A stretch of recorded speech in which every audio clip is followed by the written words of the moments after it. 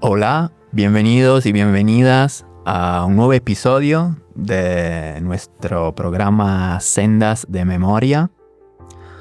Yo soy Meme, hoy le hablo en compañía de Mónica y Nereo Charole, que nos acompañarán en este cuarto episodio sobre el tema de las reducciones jesuíticas.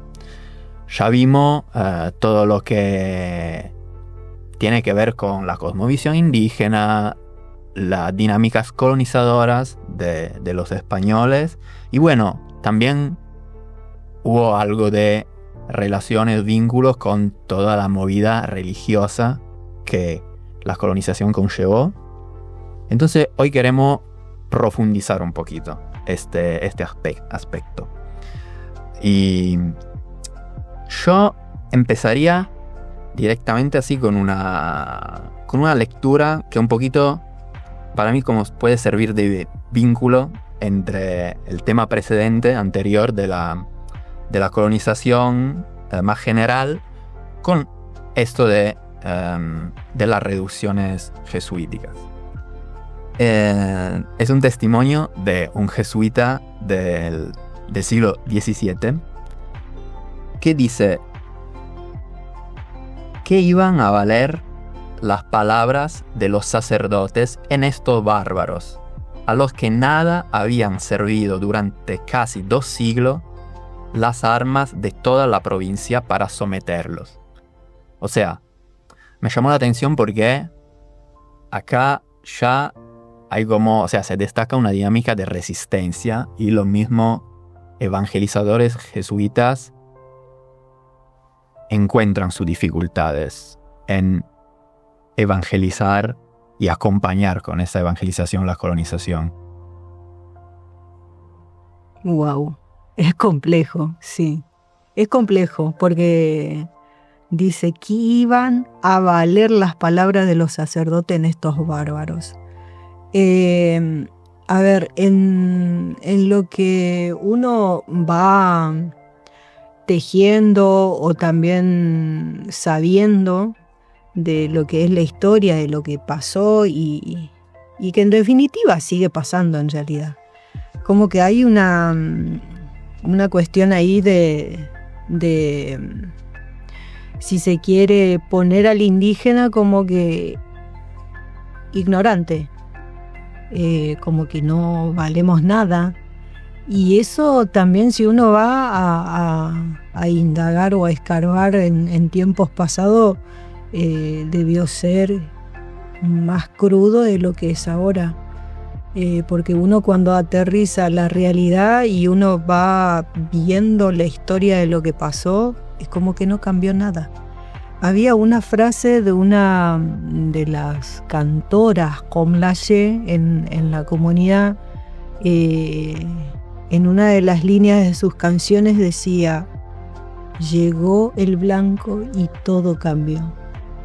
Y uno cuando analiza esa frase, hay una realidad con respecto a esto. Y lo que dice esta frase puntualmente, yo creo que apunta a eso también. Porque como que uno no va, por lo menos en lo personal muchas veces indago, pero a la vez también cuestiono y a su vez también me da bronca. Eso me sucede constantemente cuando uno mira o estudia la historia, escucha la historia de la comunidad a través de sus ancianos, nuestros mayores, mayoras. Realmente uno le provoca mucha indignación, pero a su vez también aprendizaje, porque uno habla de historia y bueno, pasó. Y entonces, ¿cómo seguimos? O a su vez también uno piensa de que, bueno, al ser historia pasada ya no sucede. Ya hay como una reflexión en sí de lo que había pasado. Pero en realidad las historias siguen pasando. Yo trabajo en una entidad de derechos humanos y lamentablemente todas estas prácticas se sigue practicando en la actualidad. Entonces es como que hablar del pasado también es hablar del presente. Uno entiende, por lo menos a mi entender, pero no deja de doler tampoco. Sí, me parece interesante también eso que claramente destacaste de la visión que ellos tienen, o sea, los jesuitas tienen de los pueblos originarios y que los describen como bárbaros. Bueno, sí. Justo tuvimos también uno de nuestros episodios que trataba un poquito de eso, como las descripciones que se llevaban a cabo, las varias miradas que los colonizadores tenían hacia los pueblos originarios. Y justamente con eso que nombraste de los efectos sobre el presente, se me ocurre como un escrito acá de un historiador del siglo XX, o sea, sí, contemporáneo, que justamente dice la reducción del Senta, entonces habla para allá del río Senta. La reducción del Senta estuvo siempre expuesta a las atrocidades perpetuadas por los colonos de Orán. Del salvajismo desplegado por los españoles de esa región contra todos los indios, tanto los reducidos como los no conversos, nos hablan los diferentes documentos de la época. Es evidente que estas acciones no han sido exageradas, ya que sus efectos persistieron marcando en forma indeleble la reacción de los indígenas con respecto al blanco. Buen día a toda la audiencia que seguramente estarán escuchando. Nereo, ¿quién les habla? Como para un poco ¿no? Seguir con esta primera frase o esta primera parte de este jesuita, ¿no? En esta cuestión, Martín, ¿cómo sería su pronunciamiento en esa cuestión de la primera frase que hiciste? Martín Dopresofer, algo así. No, y como para remontarnos un poco más atrás sobre esto, ya que estamos hablando un poco de las campañas religiosas o la religión, dentro de esta geografía, esta región del Abya, por ejemplo, las primeras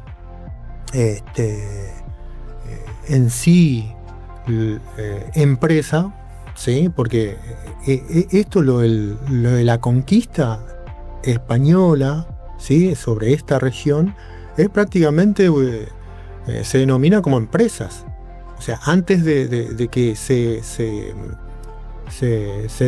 mal llamarse o el descubrimiento de América y todas esas cuestiones, ya venía una maquinaria, ya venía una empresa que aceitó prácticamente su organización como para, ¿qué cosa? Saquear, matar, ¿sí? Muchas veces esa es lo que es la historia en sí, que muchas veces no le prestamos atención, pero eso verdaderamente pasó en ese sentido. ¿Por qué? Porque, por ejemplo, una de las frases dentro de lo que siempre cuando lo primero que se toma, ¿no? La palabra de Dios en sí, y esto Francisco López de Gomara lo cita en ese sentido, de que, por ejemplo, quien no hablare no hará buena conquista, y no conquistando la tierra no se convertirá la gente. Así que la máxima del conquistador ha de ser poblar. Eso es una de las frases que es muy, pero muy interesante analizar y tener presente sobre todo. ¿Por qué? Porque esa es una ideología, una manera de pensar las primeras poblaciones que vinieron a América prácticamente, con una intención ya prácticamente planificada en sí.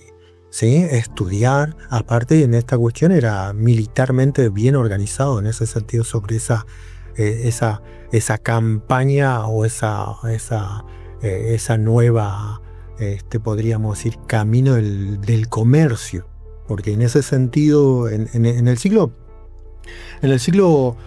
14, 15 prácticamente, Europa estaba en una situación, en esa cuestión, muy, muy particular en relación con América. América tenía otra situación prácticamente. Europa, en ese sentido, por ejemplo, estaba en hambruna, en plena hambruna en el siglo XIV, en el siglo XV.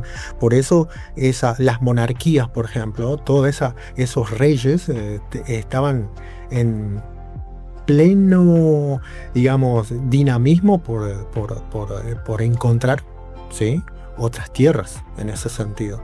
Y lo que hizo rotundamente Colón abrió esa brecha y justamente calza en sí, en medio de esa crisis europea, ¿sí?, empieza toda esa aceleración también. Porque fijemos, por ejemplo, me estoy yendo como para otro lado, pero como para entender bien cuál era el trabajo de las religiones porque es una pata dentro de lo que es la monarquía, ¿sí?, que en este caso estamos hablando de una monarquía española, ¿no? Dentro de su apogeo, ¿no? Que Colón al tener esto, ¿no? El financiamiento, ¿sí?, de este gobierno o estos reyes, empezó a hacer ese trabajo, a estudiar el territorio en ese sentido. Y fíjense, y esto va acompañado con la iglesia, ¿sí?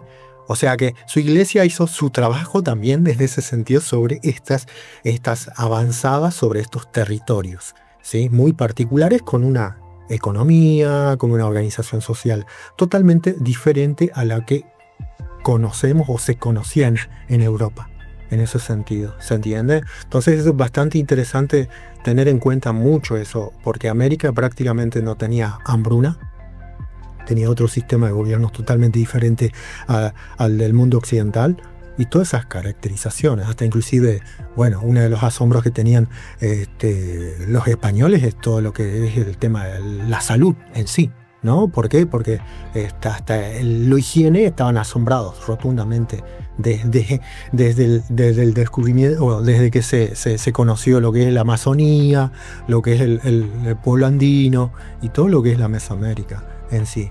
Pero bueno, siguiendo con esto, lo del tema de esta frase, ¿no?, que hizo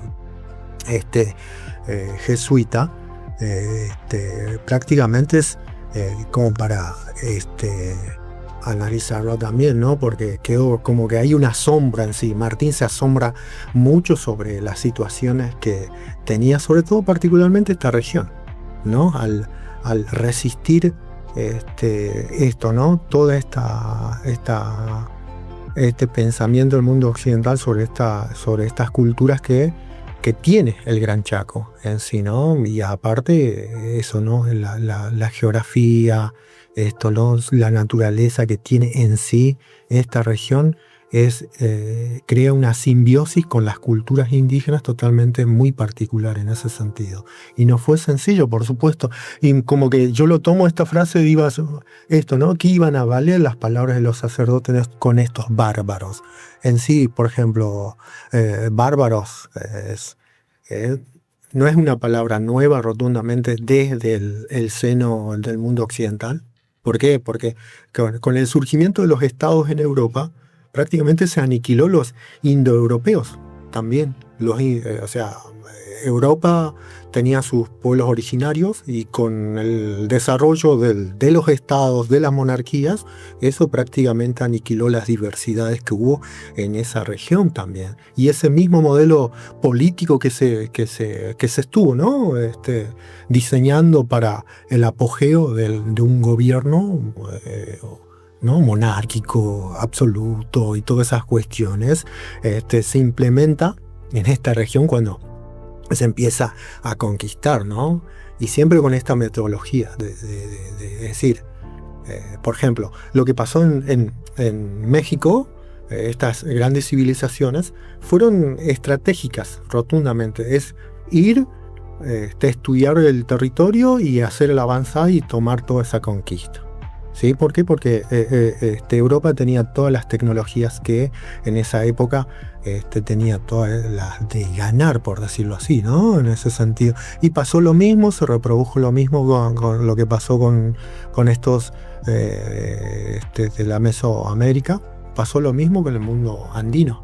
Ahora, los españoles rotundamente se les tergiversó el pensamiento en esta región. ¿Por qué? Porque no había un gobierno el Gran Chaco en sí, las culturas indígenas, hasta los mismos, por ejemplo, las primeras expediciones que se hizo en la Amazonía, que me queda muchísimo en la cabeza, se asombraron. ¿Por qué? Porque los indígenas de Amazonía, y que tienen muchísima relación o tienen mucha característica con esta región también. ¿Por qué? Porque son cazadores, recolectores, vivían de esa cultura en sí, mamaba de esa cultura, ¿no? Entonces no tenían líderes, no tenían Dios, ¿sí? No tenían leyes. Y eso rotundamente quedaron asombrados de esto. Es decir, ¿cómo viven esta gente? Entonces, cuando se vino, se instala, se descubre esta región, con el solo hecho de poder hacer una vía de comerciar, ¿no?, los productos en esta región. Por eso se empieza a estudiar geográficamente esta zona, ¿sí? Entrando por los ríos caudalosos en esta región, con el Paraná, con el Paraguay. El Comayo también. Claro, y en ese sentido, por ejemplo, eso es lo que tardó, ¿sí?, el imperio o el gobierno de penetrar en la región. ¿Por qué? Porque prácticamente era una guerrilla, o de guerrillas se movilizaba constantemente las comunidades, teniendo en cuenta su propia cultura, porque eran así prácticamente, vivía de la caza, la recolección de frutos, en ese sentido. Disculpen, por ahí hablé de más. Pero más o menos así, de esa manera lo entiendo. Sí, pero también retomando lo que decía Carlos Primo López Piacentini, decía, estuvo expuesta las atrocidades perpetuadas por los colonos de Orán. Las atrocidades todo el mundo sabía, es decir, los que vinieron a invadir, a descubrir, entre comillas, las tierras, en este caso, este continente que se conoce comúnmente Latinoamérica, que lo llamamos, al menos el mundo indígena lo llama el Abya Yala, ¿no? Siempre se supo, desde las coronas, etcétera, de los que querían descubrir esta parte del mundo. Lamentablemente estos salvajismos, ¿no? Como bien decía Piacentini, salvajismo desplegado por los españoles. Uno, cuando se describe lo que pasó, uno no dimensiona tampoco las atrocidades, ¿no? Las atrocidades implicaban violación, sometimiento a las mujeres, y también de lo que hoy lamentablemente las mujeres vivimos, que es el tema de las torturas, el tema de los abusos, que fue prácticamente también silenciado, que es un tema que mucho no se habla tampoco, ni se habló, al menos desde que vengo militando desde un movimiento feminista, no hemos todavía recabado, indagado acerca del sometimiento, el salvajismo que le han hecho a las mujeres de aquella época. Pero si uno aterriza la realidad, también seguimos padeciendo, no solamente mujeres indígenas, sino que también todas las mujeres. Pero reteniéndonos a esto, ¿no?, de lo que decía Piacentini, estaba vista las atrocidades. Entonces, ¿dónde estaba esa parte de humanidad que se supone que tenían esa gente que vino desde afuera, ¿no? ¿Dónde está, no? Muchas veces uno se pregunta ¿dónde quedó la humanidad? Lo humano, lo empático.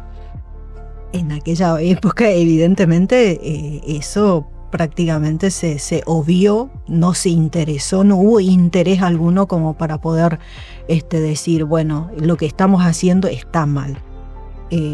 Lo que se ha hecho con los pueblos indígenas, no solamente particularmente Centroamérica, México puntualmente, que fueron los que recibieron a los españoles, fue una locura. Tuve la posibilidad de poder estar en una comunidad de México y contaban esa historia, ¿no? Esa historia tan profunda y triste por lo salvaje que fue. Pero cuando uno se pregunta qué pasó en el Chaco, el Chaco fue también como una zona, en el caso puntual, impenetrable, como dice la palabra, ¿no? Impenetrable. Fue muy difícil llegar a la zona por su vegetación, etc. Pero también fue estratégico para los que descubrieron América. Fue estratégico por el solo hecho de, primero, estudiemos cuáles son las ventajas y desventajas. Y puntualmente se estudió en el caso puntual del pueblo Com, el caso de la religión. El pueblo Com tiene una religión abstracta, en cambio el pueblo Wichí tiene otras formas de religión, es más, la puedo palpar y todo eso, ¿no? Por eso muchas de las comunidades integrantes de la comunidad Wichí practican la religión no cristiana, sino la religión católica. Entonces, en el caso puntual de la zona del impenetrable fue bastante difícil y llevó mucho tiempo poder entrar a la comunidad. Y que a su vez se dice, ¿no? Al menos Piacentini dice, siempre estuvo expuesta a las atrocidades. Puntualmente acá en la zona del interfluvio, las misiones Emanuel, al llegar a la zona, bueno, se estudió a la comunidad, entonces ahí fue que se descubre cuál es no sé si es exacta la frase que voy a usar, pero el punto débil de la comunidad es el tema de la religión. Entonces, bueno, entramos por la religión para poder, digamos, hacer estos tipos de conquista. Y prácticamente hubo hermanos, y esto contaba mi abuela, que hubo comunidades, miembros de comunidades indígenas que fueron asesinadas por no convertirse al evangelio, y es eso lo que menciona también en esta parte Carlos Piacentini, ¿no? Siempre estuvo expuesta las atrocidades, y en el caso del pueblo Com se exponía a miembro de comunidad. Aquel que no se convertía lo asesinaban, primeramente lo torturaban, y después seguidamente la muerte. Entonces, a lo que voy es que, como decía Piacentini, estuvo expuesta. ¿Dónde está entonces esa supuestamente justicia de la que se habla, ¿no? Y realmente muchas veces uno se pregunta dónde está, dónde quedó. Son preguntas al aire, pero que la debemos también tomar y reflexionar si se quiere, ¿no? Es profundo en realidad, porque las atrocidades fueron tremendas, y uno, cuando se dice atrocidades, bueno, atrocidades, pero se trataba de personas que fueron sometidas a la esclavitud, a todo tipo de tortura. Muy buena, muy interesante sus profundizaciones, y justamente con eso del énfasis en la religión, justo tengo acá una memoria de los Wichí que habla un poco de eso también, como las costumbres fueron afectadas, ¿no? Claramente por esta evangelización forzada y que conllevaba también atrocidades, como justamente, Mónica, vos dijiste. Y la memoria dice, en el mes de agosto teníamos la costumbre de cantar en idioma. La hemos dejado porque misioneros nos han privado que cantemos porque dicen que es el diablo. Si cantamos, cuando muere va al infierno. Por eso hemos dejado de cantar. Cantábamos contentos porque cantaban los pajaritos y nosotros también. ¿Cómo empezar el año? Esos años no conocíamos Dios, nada, por eso cantábamos así. Esa era mi costumbre, que me he criado con mi finado papá que me enseñaba así. No me he olvidado porque ya era grande. Esa costumbre ya se ha perdido. El canto era para rogar que llueva. Todos los años llovía. Juntos cantamos. Ahora ya dejamos eso. Cada año dejamos y cada año no llueve. Entonces, también este elemento de la palpabilidad, ¿no?, de la religión wichí y bueno, costumbres que van cambiando, costumbres que, bueno, van siendo prohibidas. Y bueno, eso me imagino a través de una evangelización forzada y una institucionalización de estas prácticas religiosas que se llevaban a cabo en las reducciones jesuíticas. Sí, a ver, el tema de la religión siempre he tenido como una crítica. He sido muy crítica con las religiones, pero si uno va informándose también más puntualmente de las religiones indígenas, ¿no? Caso Com, es cierto, como bien decía un artista, Com Lache, vino el blanco y todo cambió. Cambió en la forma de cantar, inclusive hace un montón de años atrás, no voy a ir tan lejos, pero que yo recuerde de lo que nos contaban nuestros viejos, sobre todo mi vieja, que la escuchaba bastante, ella contaba de que el tema de las prácticas, prácticamente la iglesia intentó acabar también con el tema del idioma, las prácticas, como en el caso de las danzas. Se decía de que las danzas no se la debía practicar por el solo hecho de que no correspondía y que era una ofensa al Dios. ¿Pero qué Dios? ¿A qué Dios se referían? Al Dios de ellos, obviamente, y no a los que alababan el pueblo, las naciones indígenas. Caso Com, los Com, nosotros tenemos creencias tanto en el viento, en el propio monte, porque también el tema de las creencias va en el caso nuestro, ¿no? Cuando una mujer tiene su periodo, nosotras tenemos reglas que respetar, hasta inclusive la forma de comer, qué comida debemos comer y qué comida no comer. Y eso fue religioso para nosotras, sin embargo, con el correr del tiempo se fue contaminando. ¿A qué me refiero? De que no se practica. Si uno aterriza la realidad, prácticamente eso se perdió. Muy pocas, el 1% de las mujeres cumple esa regla de respetar, de no tomar agua fría, por ejemplo, de no comer tal fruta, porque si no me hará daño al interior. Entonces, cosas así, y en el caso también de cuidar hasta al tocar a la persona, por ejemplo, al hombre. La mujer, cuando estaba en su periodo, estaba prohibido tener contacto con el hombre, ¿no? Con sus hermanos, puntualmente hombres, para no debilitarlos, porque el pueblo Com es cazador, entonces en aquellas épocas se cuidaba mucho al hombre, entonces eso fue religión, religioso, pero sin embargo fuimos contaminándonos de a poco y que a su vez hoy por hoy conlleva esto de que se está perdiendo esa práctica.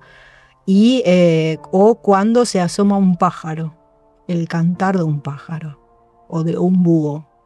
La comunidad tiene sus creencias, cree de que cuando llega un búho a tu casa es porque algo va a pasar. Cosas así, ¿no? Entonces, con el correr del tiempo lamentablemente se fueron perdiendo, pero la iglesia occidental quiso y quiere acabar con esas prácticas.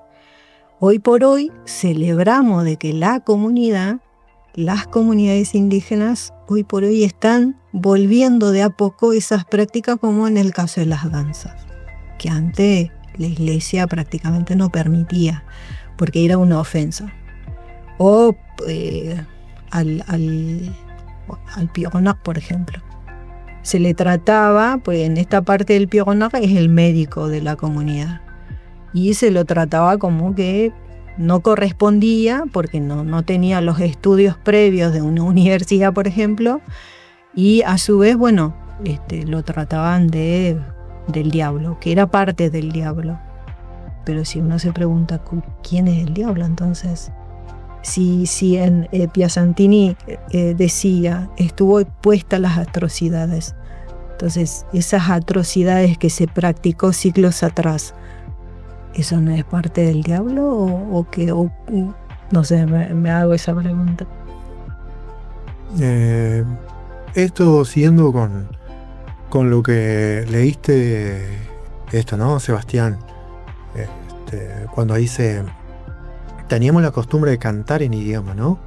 Es bastante significativo para mí. Lo que se me viene en la cabeza es una de las características que tiene las comunidades ancestrales sobre la oralidad, ¿sí? Porque estamos hablando de una región, el Gran Chaco, en la Amazonía, hasta inclusive todo lo que es la parte sur de las poblaciones indígenas, ágrafas, rotundamente eran ágrafas. ¿Qué quiere decir?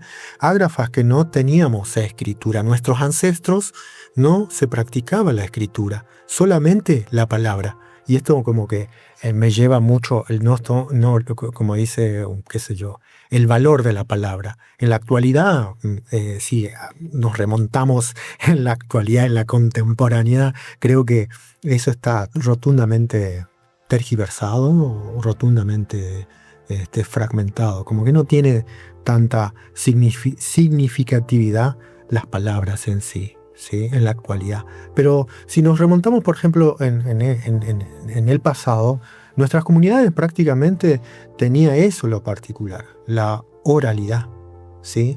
Y fijémonos cómo esto, ¿no? Teniendo en cuenta de que las primeras instituciones que empiezan a tener relación o sensibilización de las comunidades fueron estas, ¿no? Las reducciones, que era uno de los trabajos en sí de la parte religiosa del mundo occidental. ¿De qué manera? De reducir. ¿Qué quiere decir?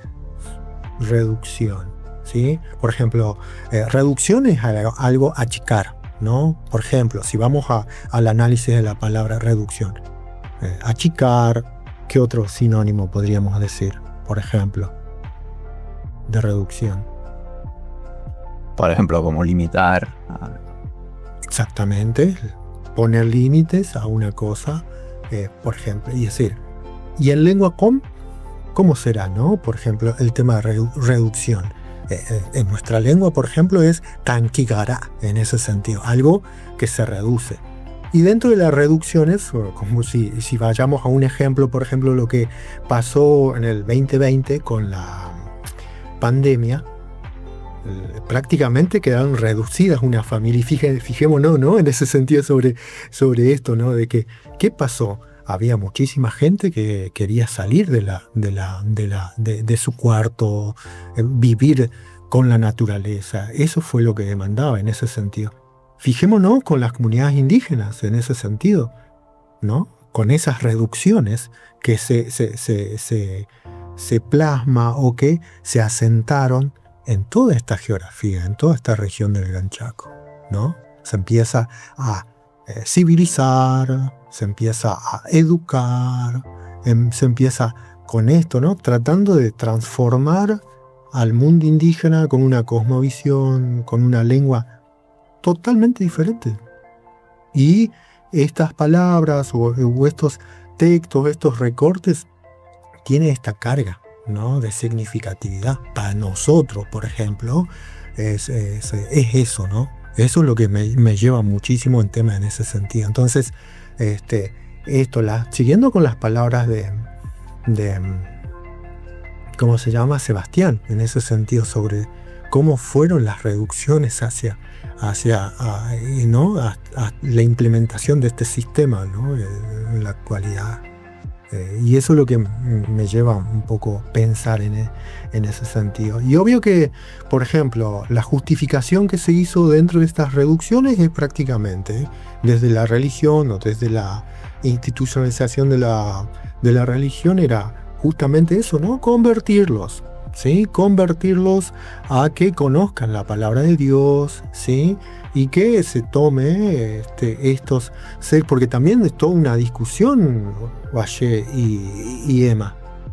Porque en México, por ejemplo, ¿qué pasó? Se discutía si las poblaciones indígenas tenían almas o no tenían almas. ¿Se entiende? Eso, o sea, más atrás, eso fue una discusión en Bartolomé de la Casa, cuando vio lo que pasaba en México, en ese sentido con las comunidades. Entonces, la monarquía o los gobernantes y todos los que venían en esta zona, se discutía si es que, y eso que ya prácticamente el comercio del mundo occidental, se comerciaba humanos en ese sentido. Y eso es lo que también tenemos que entender. Entonces, esa discusión entre que las comunidades eran humanos o no eran humanos, y convertirlos en una fuerza de trabajo solamente, nada más. Eso es lo que se discutía en ese entonces. Entonces, ¿qué alternativa se hacía desde la parte de religión? Justamente esto, ¿no? Tratar de apaciguar, tratar de la conversión desde la religión con estos seres, ¿sí? Que tienen totalmente diferentes lenguas, diferente cultura y no sé, esas cuestiones, ¿no? Y eso rotundamente pasó en esta región sobre estas campañas que se los denomina como reducciones, ¿no? Para ir tejiendo ese control geográfico, cultural y eso, ¿no? Sí, hay una parte, Sebastián Montes, ¿no? Decía, juntos cantamos, ahora ya dejamos eso, ¿no? Qué interesante, porque nosotros como naciones indígenas hemos dejado un montón de prácticas, ¿no? Hemos dejado la forma de cantar antes, y todo porque nos condicionan, ¿no? Nereu decía, se discutía si tenía almas los pueblos o las naciones indígenas. Una locura, porque se nos trataba de salvajes. Pero si uno mira la historia o hace una lectura y retiene un poquito en su lectura, los pueblos indígenas son guardianes de ciclos por la vida de este planeta. Y sin embargo, se discutía si tenía almas, ¿no? Es muy irrisorio, pero que a su vez también, si uno aterriza a la actualidad, también ocurre de que sí, porque está todo muy bien pensado. Es como, bueno, la Biblia se ha hecho bien pensado en la forma de cómo tenemos que vivir, cómo tenemos que pensar, etcétera, ¿no? O cómo tenemos que organizarnos. Está bien pensado y está pensado para el control, prácticamente. Y uno muchas veces no se detiene a pensar un poco de que lamentablemente el sistema en sí nos quiere esclavos. Y en la actualidad sucede. hoy por hoy nos quieren someter a horas laborales, pero más de 12 horas, es una locura. Anoche justamente hablábamos con una compañera, porque una de nuestras compañeras se fue a la otra vida, pasó por el arco iris, ¿no? Y decía una compañera, ella trabajó toda su vida, nunca tuvo espacio de disfrutar la vida. ¿Y cuál es la de disfrutar la vida? De poder estar con la familia, de poder disfrutar de lo que es el espacio verde, etcétera, ¿no? Uno muchas veces quiere estar un poco más suelto. Sin embargo, esta compañera nunca tuvo esa posibilidad. Bueno, ese es el claro ejemplo de sometimiento de lo que nos quieren hacer y nos siguen haciendo en realidad el sistema. A lo que me refiero es que en la actualidad tanto pueblos indígenas como no indígenas lamentablemente somos esclavos de este sistema. Pero ahora, los que venimos luchando desde las rebeldías sanas, que venimos también militando desde un espacio comunitario, nosotros muchas veces nos califican de exagerado. Es como el feminismo, ¿no? Nos califican de que exageramos mucho cuando denunciamos, pero sin embargo cuando se presentan cuestiones puntuales de un hecho, todo el mundo se alarma.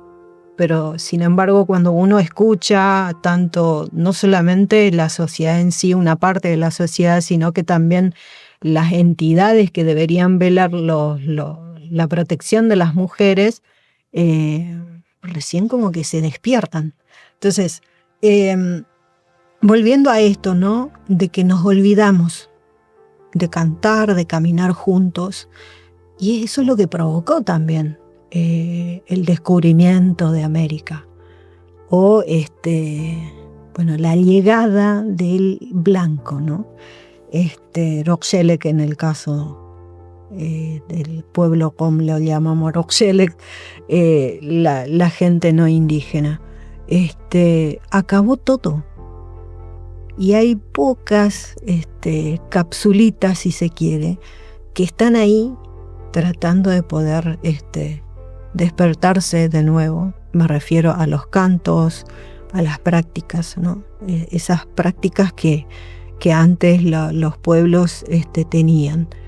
La Iglesia acabó con todo eso, intentó y sigue intentando acabar con esas prácticas, poniéndole bueno, es sinónimo del diablo, es sinónimo pero siempre es un sinónimo de algo malo, no de algo bueno, de algo que también, como decía Nereu hoy, el tema de la forma de organizarse comunitariamente, las comunidades, las instituciones, acabó con esas prácticas, y que por ende en la actualidad en que estamos viviendo deberíamos volver, no del todo quizás, porque lamentablemente hoy por hoy esta es nuestra realidad, ¿no? Me refiero al de poder, digamos, hacer una combinación de esas prácticas. Pero sí hemos dejado algunas prácticas, la del cantar, la de creer, porque la Iglesia realmente nos atravesó a todos. Nos atravesó en la forma de pensar, de vivir, etcétera, ¿no? Y volviendo a esto que decía mi abuela, que los metían en la forma, es decir, públicamente a un miembro de la comunidad al negarse a no convertirse al Evangelio. Los mataban. Primero la tortura y seguido la muerte. Entonces, ¿qué es lo que hace el resto de las comunidades? Se someten. Y prácticamente fue una obligación. Por ahí como para esto, ¿no? Siguiendo con lo que dijo con respecto a la individuación, ¿no? En la actualidad. Y que tiene mucho que ver con esto, ¿no? Con esta revolución que estamos prácticamente sumergida, ¿no? Que es la revolución digital informática en ese sentido. Y esta interesante, ¿no? También es un tema bastante interesante como para reflexionar en ese sentido. Pero la aceleración que tiene esta realidad actual es totalmente sorprendente.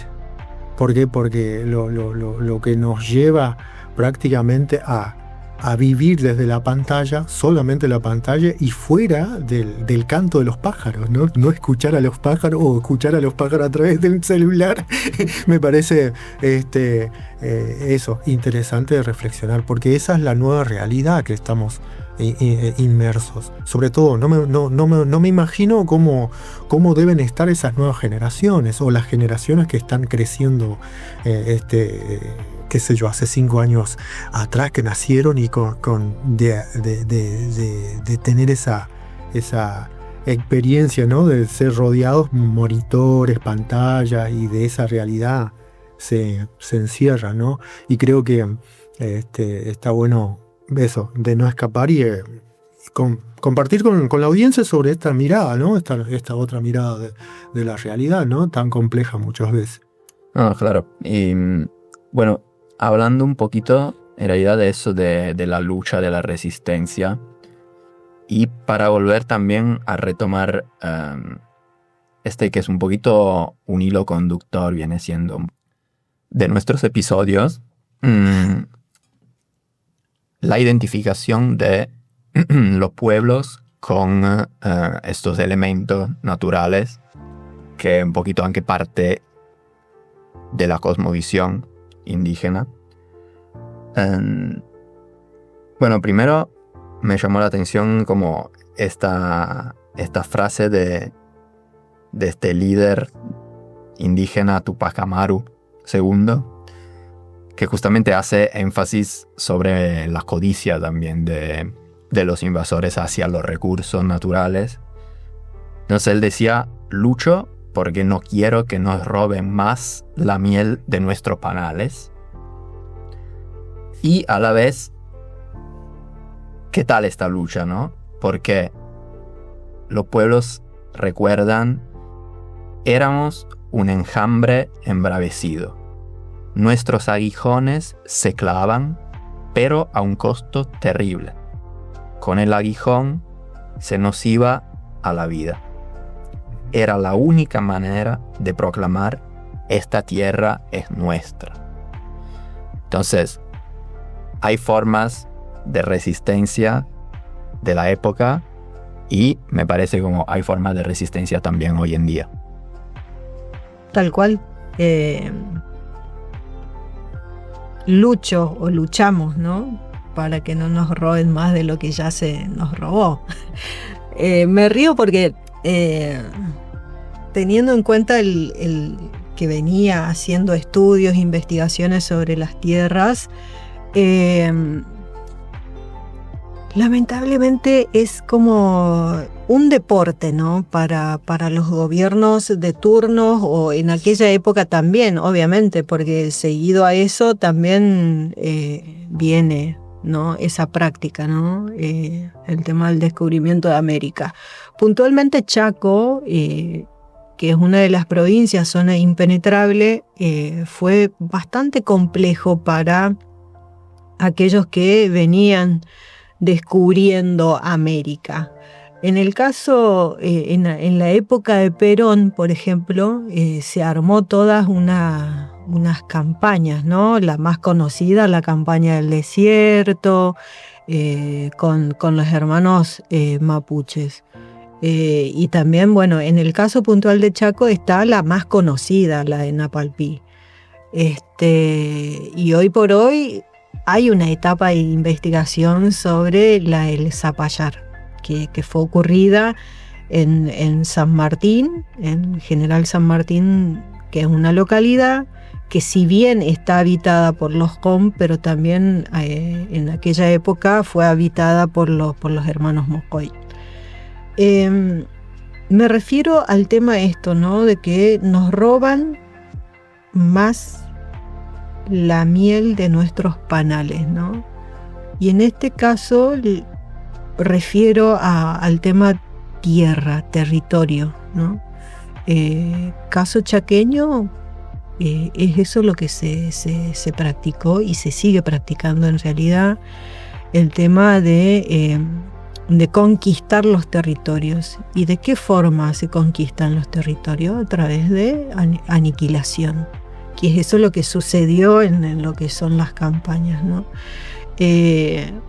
En el caso de acá, de nuestra zona, mucho no se vio las aniquilaciones, porque también hubo esta cuestión del silencio, se abocó al silencio por el miedo, y las tierras fueron, a su vez, fueron de a poco apoderándose, en el caso de los que querían y quieren conquistar estos territorios. Caso puntual, en 1930 y llegando a la actualidad sigue estando ese problema. Caso puntual, Miraflores. Miraflores viene desde aquella época y muchas veces uno dice, ¿no? Los profesionales de la materia, de territorio, de organización, si se quiere, por parte de los gobiernos de turno, mencionan de que son profesionales en la materia, pero sin embargo violaron un derecho tan fundamental para los pueblos indígenas, que son las tierras. Me enfoco en lo que es Miraflores porque es un tema que todavía sigue estando y que a su vez también provocó violencia por parte del gobierno, ¿no? Muchas veces uno dice, no, los gobiernos peronistas están más aliados a las cosas como por ejemplo la justicia social, ¿no? La participación es democrático, pero si uno va a la historia, son contradicciones, porque en aquella época estuvo gobernado también por el peronismo y sin embargo no se tuvo en cuenta el derecho de los pueblos indígenas.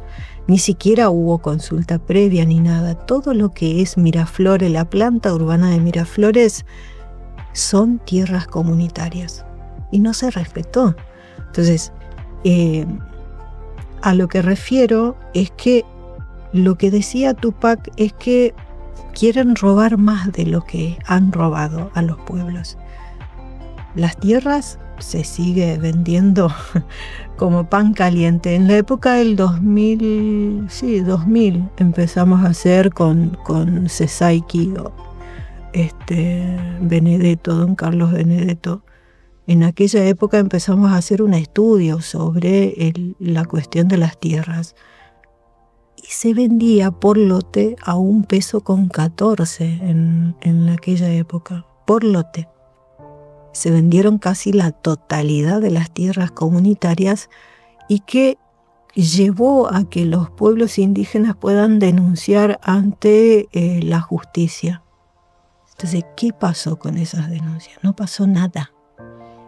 Nunca se movió y que inclusive prescribió. Cesaiki ya fue a la otra vida y sin embargo sigue estando el problema, porque a nosotros prácticamente, a las poblaciones indígenas, a las naciones indígenas, nosotros no somos el problema, porque el problema nos trajeron a nosotros. Entonces siempre, muchas veces en un conversatorio o una compartida, siempre me dicen los compañeros, sos muy dura al utilizar esa frase, pero es la realidad. A nosotros nos trajeron el problema, entonces al traernos el problema, entonces fíjate a ver cómo lo solucionas. Y cuando los estados, los gobiernos de turno quieren solucionar el problema, peor.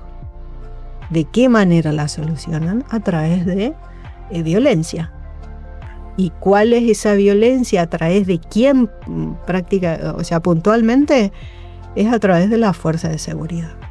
Que justamente en la actualidad las fuerzas de seguridad se ensañan últimamente con las comunidades y que a su vez, trae esta situación de violencia extrema A mí me preocupa en la actualidad, me preocupa el ensañamiento que se le hace a los jóvenes indígenas. Miraflores, hace 3 años atrás, nosotros denunciamos el accionar de la policía a través de un habeas corpus. Realmente no ha cambiado nada. ¿Qué es lo que hace el Estado o el gobierno? Cambiar de localidad a la policía. Y la policía sigue practicando sus prácticas de violencia, cuando en teoría la policía está para protegernos. Entonces, realmente a mí como que digo, es una discusión de larga data, pero que a su vez no ha cambiado nada. Me parece perfecto de que se tomen acciones y demás, pero también que sea partícipe la comunidad en cuanto a las discusiones, porque si el problema está tan complejo, entonces yo creo que ambas partes se puede buscar ese punto de equilibrio quizás. Pero volviendo a esto de lo que decía Túpac Amaru, es, como dicen los compañeros de México, es la mera. Lamentablemente es la realidad. Se excedieron tanto de poder apoderarse toda la riqueza de este continente que lamentablemente lo siguen haciendo. Se me hace que junto a esta violencia, una de las herramientas con la que contó y cuenta esa aniquilación es también esta dinámica, este intento de dividir a los pueblos y enemigarlos entre ellos. Y de hecho acá tengo como esta memoria de los palmares que se preguntan ¿qué estaba sucediendo? ¿Los altivos chaquenses aflojaban? ¿Por qué algunos se aliaban con los blancos? ¿Qué misteriosa fuerza los atraía tal vez para su ruina? ¿Qué significaba este nuevo cerco que rodeaba el Gran Chaco? Nosotros, los palmares, nos sacudíamos consternados, ¿no? Entonces retoman eso de las reducciones, de poner límites, y le suman eso, ¿no? De habían alianzas con los blancos, pero había también quien no se aliaba. Y de hecho, otro testimonio nos dice, a los abipones lo movía un odio implacable contra los guaraníes de las misiones, porque habían abrazado la religión cristiana. Y no solo prestaron obediencia al rey católico como súbditos, sino que se habían prestado como soldados en los campamentos cuantas veces fueron llamados por el gobernador real.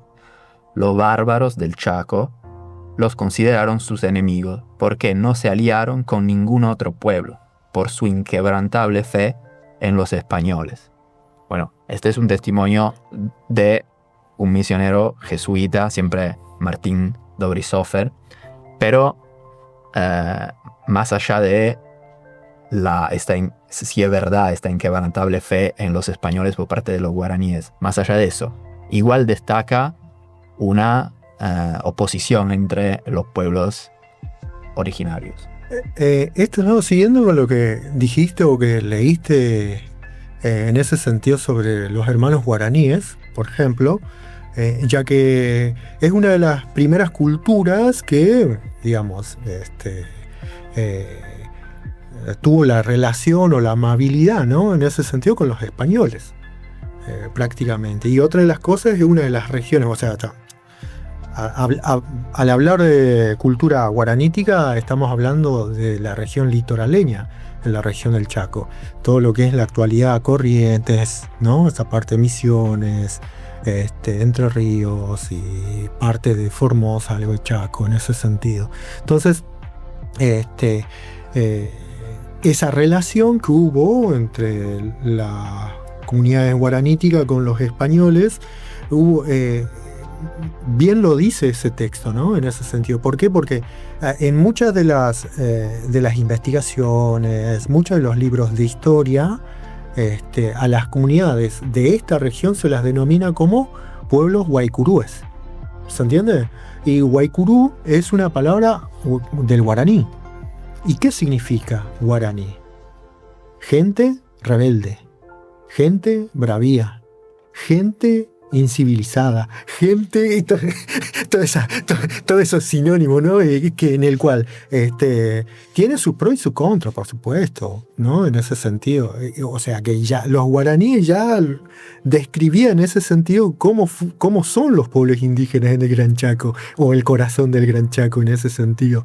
¿Sí? Y la relación misma, bien lo decía, o sea, que los guaycurús no se llevaban bien justamente con los guaraníes en ese sentido, por justamente esa alianza que hubo entre la monarquía o los españoles con esta cultura, en ese sentido. Ahora, siguiendo con el tema de Túpac Amaru, ¿no? En ese sentido.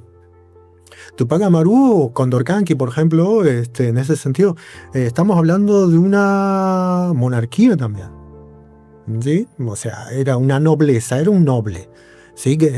Un personaje que realmente tenía poder, ¿sí? Dentro de la cultura, ¿sí? De esa gran región andina, en ese sentido. Entonces, el mestizaje en ese entonces prevalecía muchísimo. O sea, entre el mundo europeo y el gobierno andino, se mezclaba muchísimo eso, el mestizaje, muchísimo. Cosa que en la historia no resalta mucho. En los libros oficiales no te va a mencionar prácticamente esa cultura criolla, ¿sí? En ese sentido, sobre esa realidad de esa región.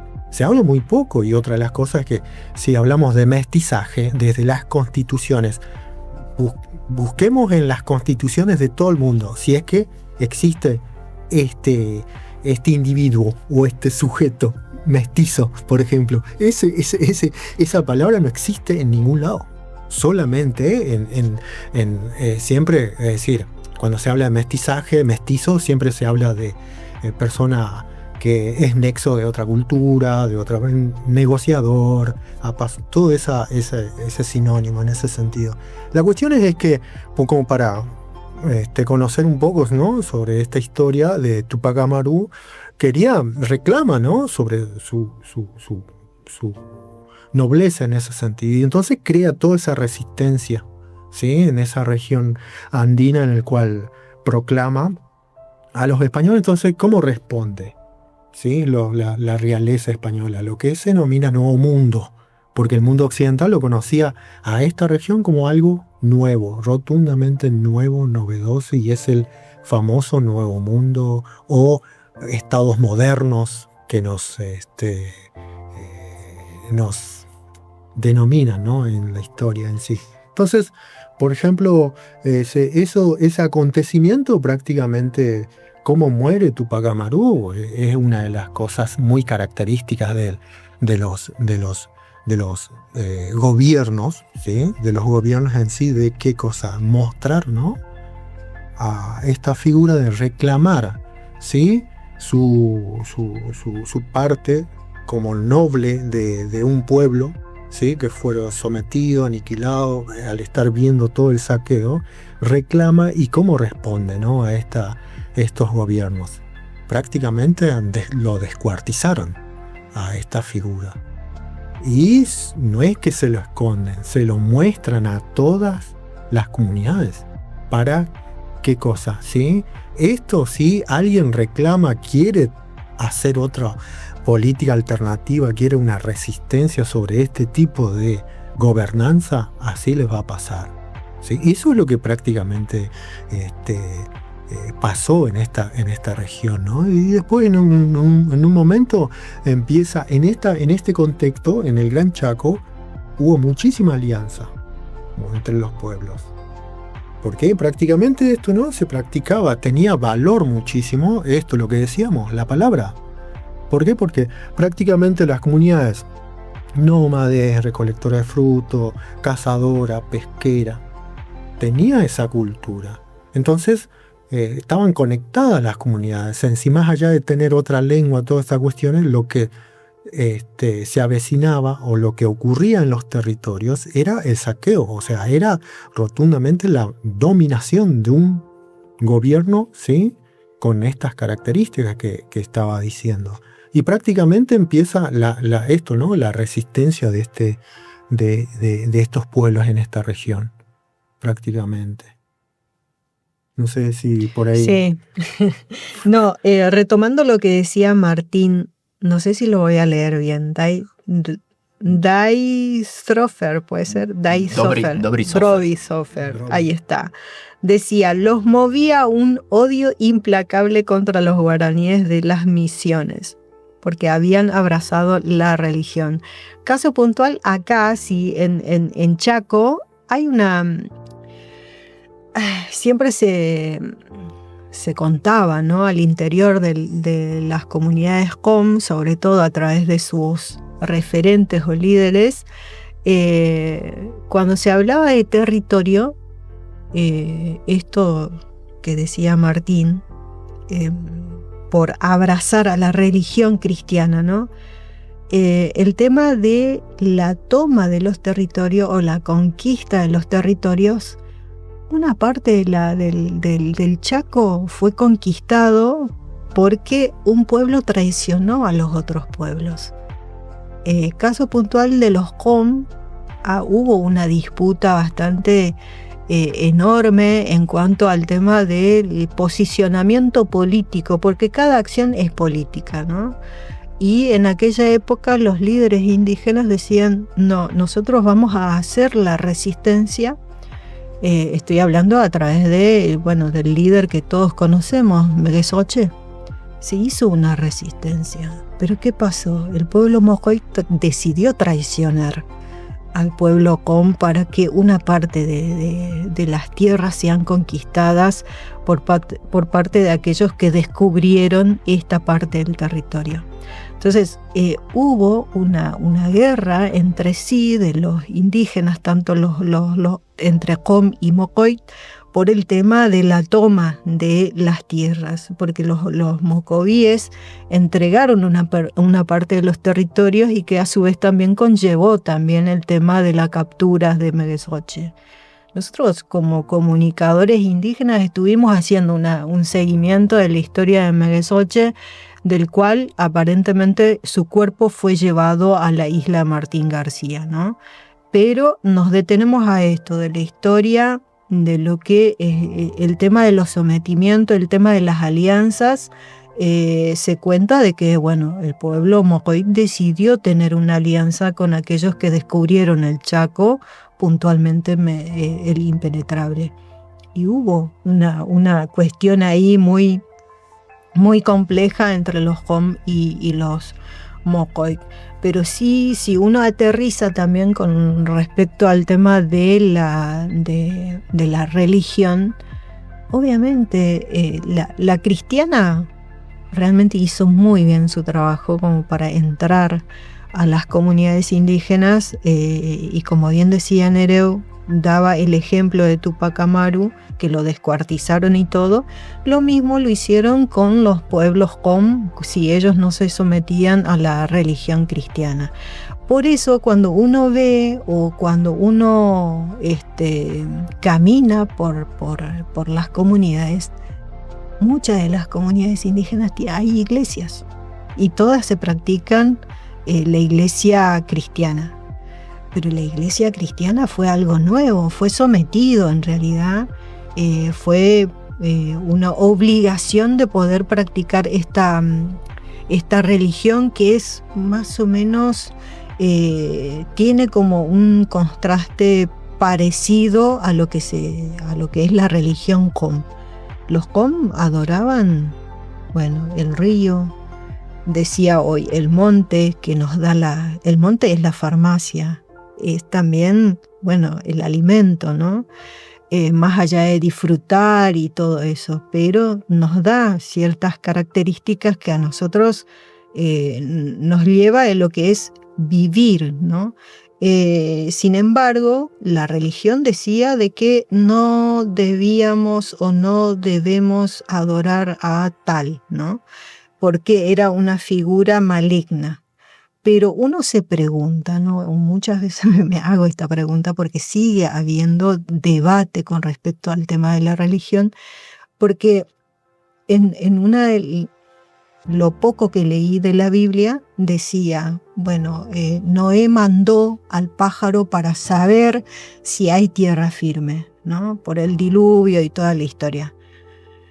El pájaro al volver traía, una señal de que había tierra firme. Entonces, me pregunto, John, ¿no era que el pájaro era parte del diablo? Entonces son preguntas que muchas veces me hago y que a su vez me río porque a nosotros nos tildan, nuestra religión, nos tildan de, es parte del demonio.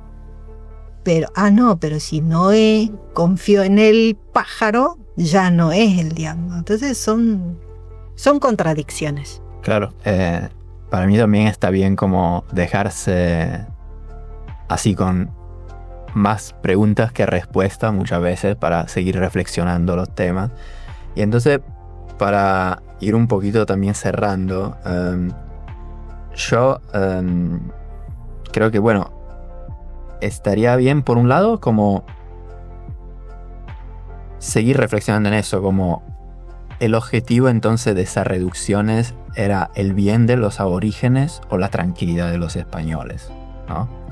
Y además, ¿qué queda hoy de todo eso? Porque muchas veces las instituciones dejan de existir, pero las prácticas siguen. Y justamente un último texto que tengo dice: una vez retirados de las reducciones los jesuitas, se hicieron cargo los franciscanos, o algunos sacerdotes seculares, o ninguno. Tampoco abundó el apoyo de las autoridades civiles, por lo cual las reducciones empezaron una paulatina decadencia. Decaden las reducciones, pero ¿qué tal las prácticas? Siguiendo retrocediendo un poco lo que estábamos hablando, ¿no? Con respecto a esto lo que decía. La avanzada de esta región, sobre todo esta región del Chaco, la primera reducción que se instala en esta región muy cercana es prácticamente la Concepción de Bermejo. ¿Sí? En 1500 y algo, 1500, a mediados 1500, se instala toda esta ciudad prácticamente, en ese sentido, con el solo hecho de esto, ¿no? De instalarse y cómo poner como punto de referencia para que conecte toda esta región del litoraleña, de la región del Gran Chaco, con la región andina de Tucumán, Jujuy, ya que toda esa vía lo llevaría a que todo lo que es mercadería, comercio, abarate, ¿sí? el traslado. Por eso se hace esta picada de manera criolla, ¿no? O no sé cómo llamarlo, un ataque en rocheco, no sé cómo le dicen. Ahí en ese entonces prácticamente, digamos, en la Concepción de Bermejo duró prácticamente 60 años. En eso, ¿no? Al ser una zona muy, muy, muy particular, la región del Chaco, de ser una zona árida, si bien esa región, esto es una interpretación, es una zona transición, ¿sí? ¿Por qué? Porque también es otra geografía. En la actualidad, la masa boscosa del Gran Chaco está en una crisis también.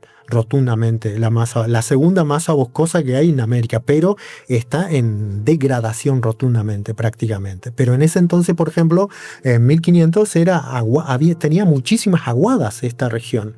Por eso se instala estratégicamente esta reducción en ese sentido. Y después, al instalarse y después de toda esta rebeldía o toda esta ingobernabilidad sobre los pueblos, ¿sí? Se empieza a esto, ¿no? A fracasar esta reducción que se instala en esa región. Entonces prácticamente quedó en la nada esa cuestión por justamente al responder estas culturas tan guerreras o también tan resistentes a este tipo de gobierno. Entonces se empezó prácticamente a esto, ¿no? A desaparecer toda esa ciudad. Y después prácticamente al ser un territorio ingobernable, justamente con estas alianzas de los pueblos indígenas de esta región, pasa a ¿no? Pasaron prácticamente 2 siglos en ese sentido para que Paikin pacte con Matorras en ese sentido, pero con el solo hecho de que justamente buscar de apaciguar y de dominar el territorio. Por eso se hizo esas alianzas, y siempre con esta manera de hacer política desde el mundo occidental, de fragmentar a una región para poder penetrar ahí, y después de ahí venir la gobernanza de todos esos pueblos étnicos. Eso sucedió desde México hasta la región andina, ¿sí? ¿Se entiende? Por ejemplo, cuando los incas empezó en un momento donde, por ejemplo, perdón si me voy a las ramas, pero bueno, así es muchas veces la historia en ese sentido, porque los incas estaban en un momento muy particular en su gobierno. Entonces ahí donde los españoles aprovechan, ¿sí? de al estar fragmentada toda una región, las culturas, los pueblos, ahí es donde empiezan las alianzas, los españoles con los que no tenía buena sintonía con los incas. Y ahí empieza a hacer esas alianzas. Siempre de esa manera funcionó, de esa manera. Pasó en esta región misma también, en la región del Gran Chaco. Entonces, después, prácticamente esto, ¿no? Siguiendo, por ahí dijiste que íbamos a cerrar esto, el tema de la tierra, lo que estaba mencionando ayer. El tema de tierra, eso es para la cosmovisión occidental, o desde el punto de vista comercial, es un alto valor para esa región. Entonces, en ese siglo, en el siglo XIV, en el siglo XV, fue el apogeo donde el saqueo, ¿sí? Toda esta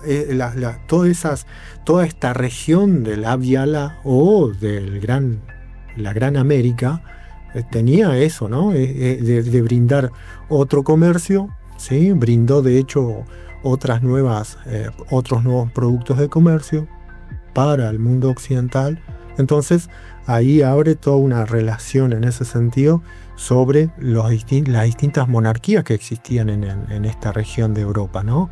De venir y saquear todos esos recursos hasta en la actualidad rotundamente. Pero uno de los grandes valores que siempre tuvo en cuenta estos gobiernos fue la tierra, prácticamente. El control total de la tierra. Teniendo el control de la tierra, el territorio, prácticamente, sí, se pierde todo en ese sentido. Entonces, una de las cosas que tiene la religión como condimento de gobernanza es eso, ¿no? Hacer las reducciones, las civilizaciones, civilizar a las culturas diferentes, y así de esa manera prácticamente. Ahora, lo de eso más o menos lo que es en la actualidad, ¿no? No sé cómo terminar esta charla. Pero, por ejemplo, la cultura com, nuestra cultura com, se tardó prácticamente siglos en civilizarse en ese sentido, ¿no? ¿Por qué? Porque prácticamente la cultura com no es que se catolizó por parte de esta religión, siempre rechazó.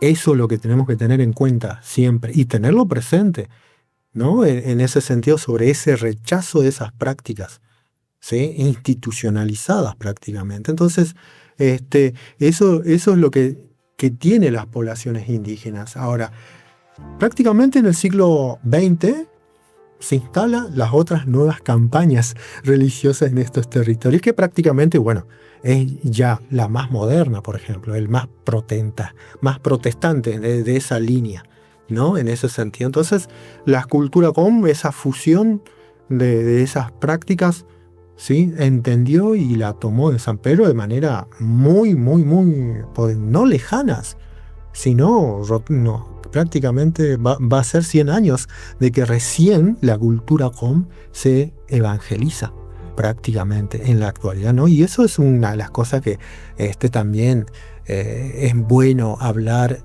a las nuevas generaciones, mostrarles sobre ese proceso mismo también. ¿Por qué? Porque estábamos hablando muchísimo de la historia de esta región, con mucha violencia. O sea, cómo actuaban los gobiernos homogéneos de esa manera, ¿no? Tanta violencia, ¿no? Cultura totalmente bárbara en ese sentido, ¿no? Entonces como que vas tergiversando los conceptos en sí. ¿Quién es el bárbaro en ese sentido acá, ¿no? Como para preguntarnos.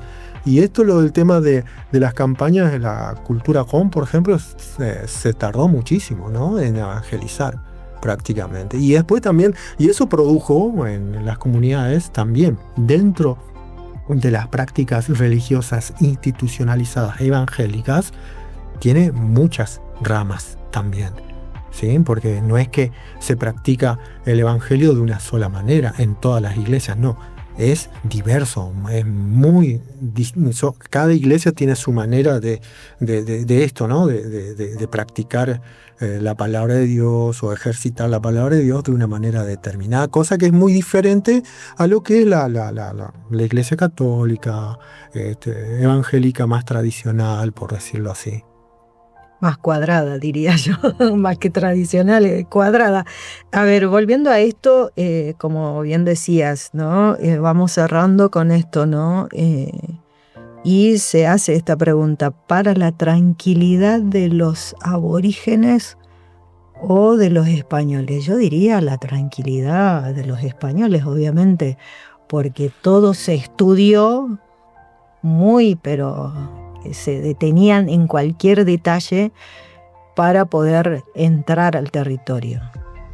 Caso chaqueño, como decía Nereu, en el caso Qom fue muy difícil, llevaron años y años y años para que el pueblo pueda llegar a tener una pizca de ser civilizados. Los Qom somos sinónimos de mucha rebeldía y de mucha lucha y de hecho también de poder luchar por lo que nos corresponde, que son los territorios, y que a su vez esa lucha conllevó pérdidas de hermanos, hermanas, niños, niñas, mujeres, y fue bastante crudo y a su vez doloroso.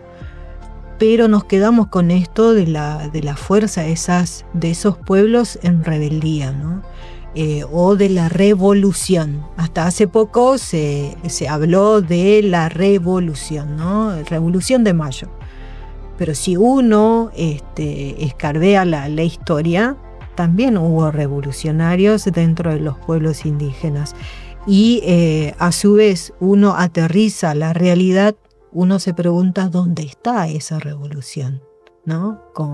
Con el contexto que se está viviendo hoy como país, ¿dónde está esa revolución?